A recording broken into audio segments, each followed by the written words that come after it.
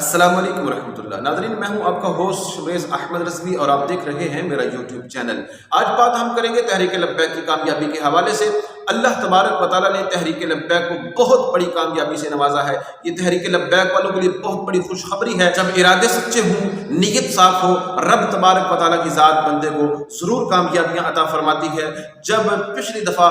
ضمنی انتخابات کا سلسلہ ڈسکا کے اندر ہوا، جس کے اندر صبح سے لے کر شام تک پیپل پارٹی اور نون لیگ کے غنڈوں نے لوگوں کو ہراساں کیا، مگر اللہ تبارک و تعالیٰ جل شانہ کے فضل و کرم سے تحریک لبیک والے ڈٹے رہے اور یہ اپنی جگہ پر کھڑے رہے۔ ان کے استقامت کی وجہ سے، نیک نیتی کی وجہ سے اللہ نے یہ انہیں کامیابی عطا فرمائی ہے۔ جب اس کا رزلٹ سامنے آیا، تحریک لبیک کے خانے کے اندر 0 ووٹ شو کیا جا رہا تھا کہ تحریک لبیک کو کسی ایک بندے نے بھی ووٹ نہیں دیا، اتنی بدترین دھاندلی کی گئی، مگر اللہ تبارک و تعالیٰ نے ان کی سچی نیت کے سبب یہ ان پر کرم کیا ہے کہ الحمدللہ الیکشن کمیشن آف پاکستان نے دوبارہ یہ حکم جاری کر دیا ہے کہ 18 مارچ کو جو ہے وہ NA-75 ڈسکا کے ضمنی انتخابات کا سلسلہ دوبارہ کیا جائے گا اور دوبارہ وہاں پر جو ہے وہ ضمنی انتخابات ہوں گے، اور انشاءاللہ وہ وقت دور نہیں ہے جب دنیا دیکھے گی کہ تحریک لبیک کو جتنا لوگوں نے دبانے کی کوشش کی، اللہ نے اسے اتنی بلندیاں عطا فرمائی۔